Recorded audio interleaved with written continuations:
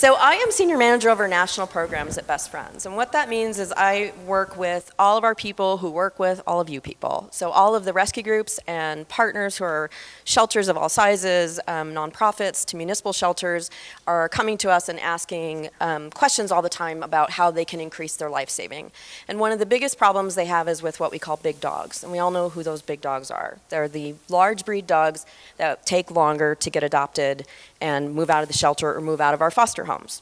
So this, to me, is really exciting data. I saw this last fall in Phoenix and just thought about the implications for our big dogs, which is why I want to kind of take this piece here of our presentation and use it to sort of hit some of those big questions that you have and hear what else there are in terms of challenges so we can figure them out together and see if we can start using some of this to help the dogs that we have trouble moving.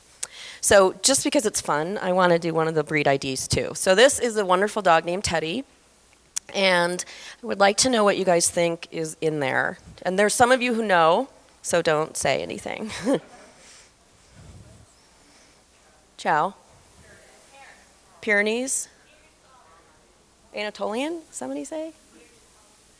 Bearded Collie, okay. So yes, there is Chow, and there is Jindo and Dalmatian. So that dog belongs to one of our founders, Francis Batista, who ran the DNA for fun, which is really exciting to get your dog and know what it is. But for those big dogs in shelters and small dogs, it has a lot more far-reaching implications than that.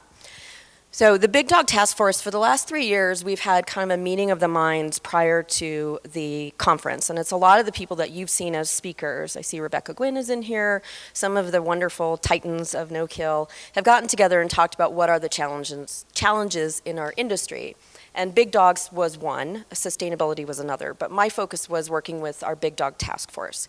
And that was to really come up with ways to look at the challenges for big dogs and what are the various programs that exist, from how to photograph them appropriately, how to come up with an interesting marketing strategy, how to implement play groups and behavioral programs in your shelter, anything soup to nuts that we can do to help these dogs. So when I heard about this, as I said, this was really exciting to take the breed labels off, and if that could help some of these dogs, wouldn't that be amazing? So I want to run over some of the implications and concerns. Is it this one? Okay. Implications and concerns of removing a breed label. Review some common questions that probably have come up, and a few of them have popped up already in the room. That's not it. Did you hide it? Oh. Hide it.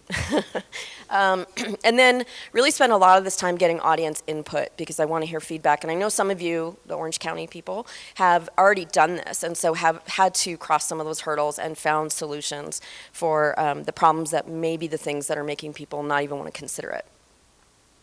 So first of all would be DNA testing. And we're not saying that everyone has to DNA test. We recognize that there's a lot of issues with that. First of all, there's cost, which can be prohibitive. It's $40 to $80 and up, depending on what test you use. You could use those $40 to $80 to subsidize adoption fees and get the dogs out of the shelter. There's better uses for your funds than to truly know what each dog is made up of. Blood or saliva samples is usually the question, although Lisa corrected me before the presentation that really saliva is typically what we do. That's a lot easier, and there's a variation between the types of tests that really doesn't have to do with whether it's a blood sample or a saliva sample. The different testing companies have a varying number of breeds in their database, so there may be some difference between using one versus the other. And then the turnaround time can be several weeks, which those of us who deal with shelters know the dogs don't have. So it doesn't really make sense to do that. We have done some grant funding. We did Hillsborough County Animal Resource Center, I believe it's called now. We gave them a grant this past year to purchase 250 wisdom panels to test their dogs that were identified as pit bulls and see what kind of implications it had for those dogs.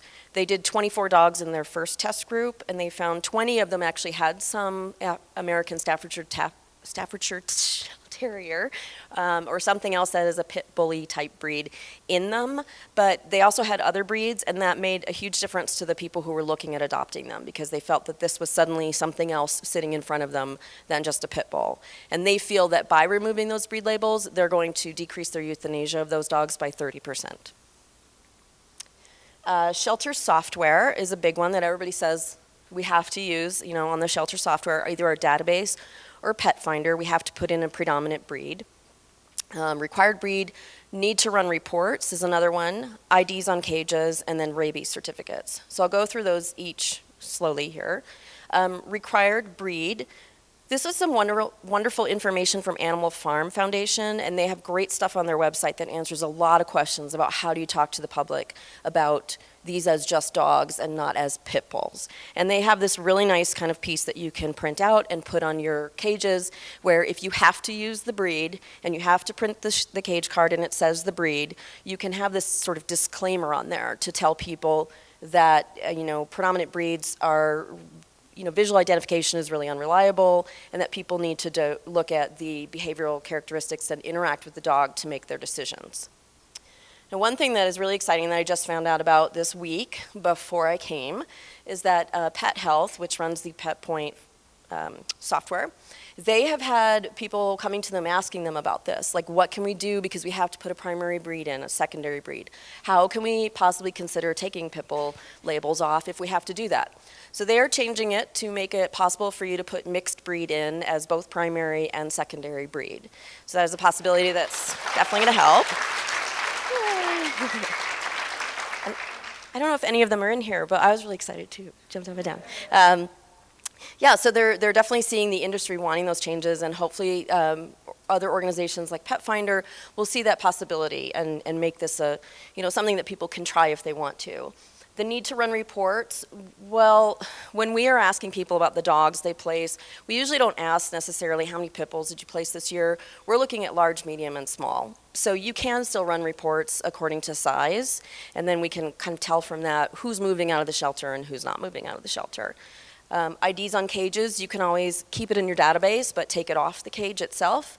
Use it as a talking point for people, even if you do put it on there. There's a couple different variety of options, and I think those groups that have tried this can maybe answer some of those questions as well as to what they've tried and what works and what doesn't.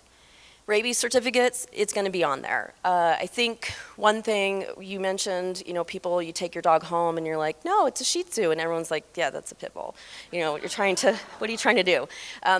Owners can always do the DNA test so that they have the information, and then their vet can change that on the rabies certificate if it truly is another breed of dog.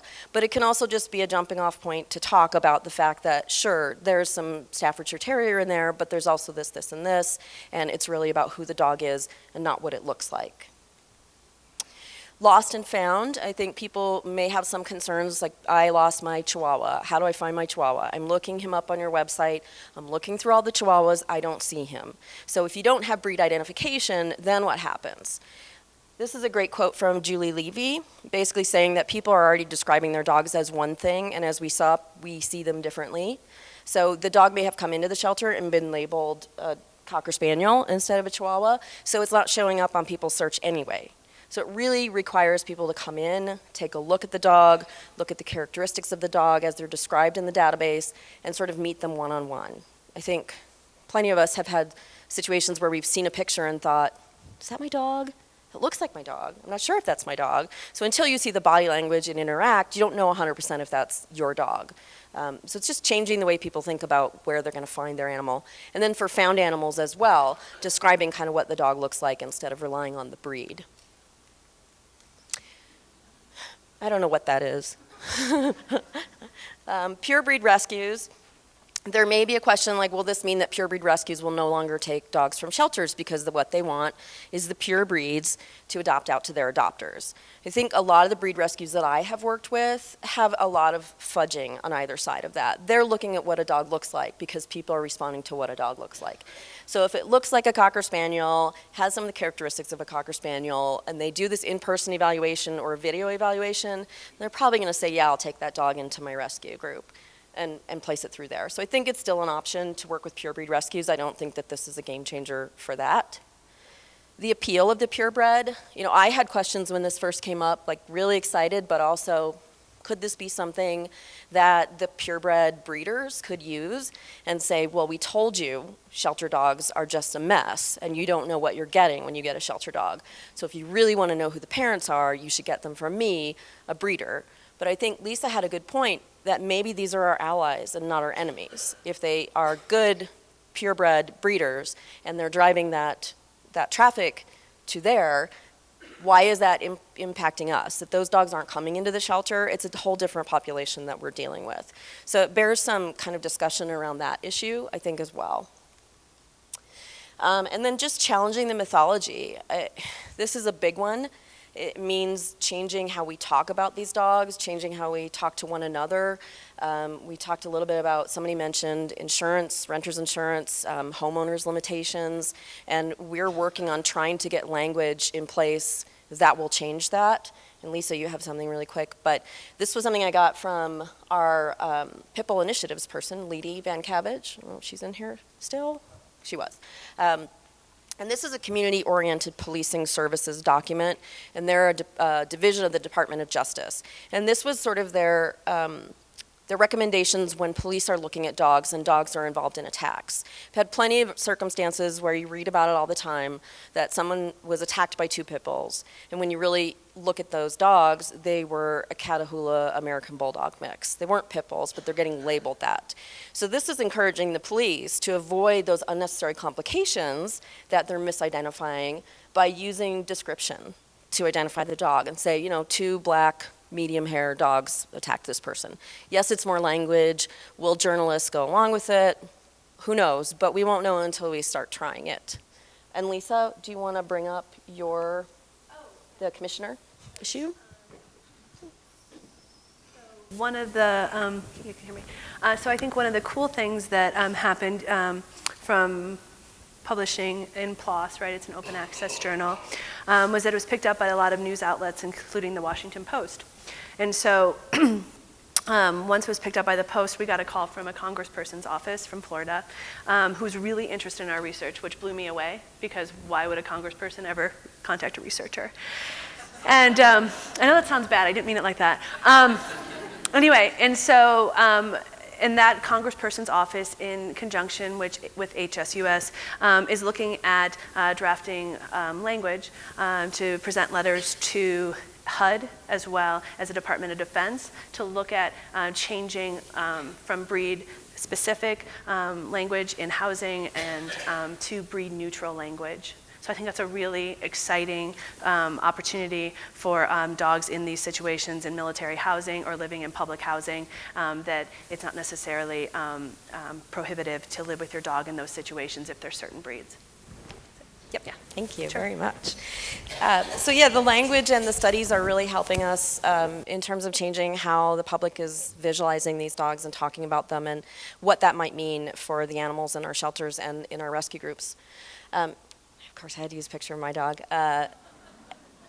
It doesn't mean that there aren't people who are going to say, I want a dog that is a husky, because I've always had huskies and I love huskies and that's what I want.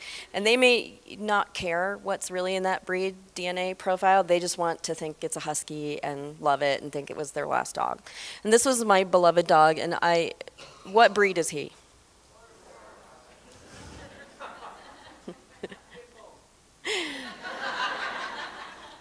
So he was, rest his soul, it was also about 85 pounds.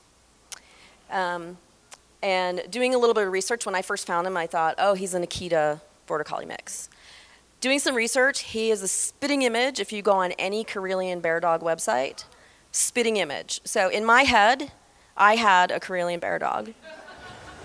And no one can tell me otherwise, no matter what. And every now and then I think, look up Karelian Bear Dogs online, thinking that they're all going to be Sully.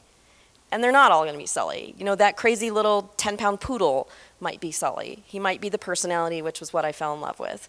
But it's that making that jump between what people kind of identify in their head and what they've always had in their life with what they really liked about that animal, which we all know was the personality of the animal. And that's a challenge that we all have, I think, day to day. But I'm hoping some of this research can really back that up and help by removing some of the labels and making it just a little bit easier for us to talk about it.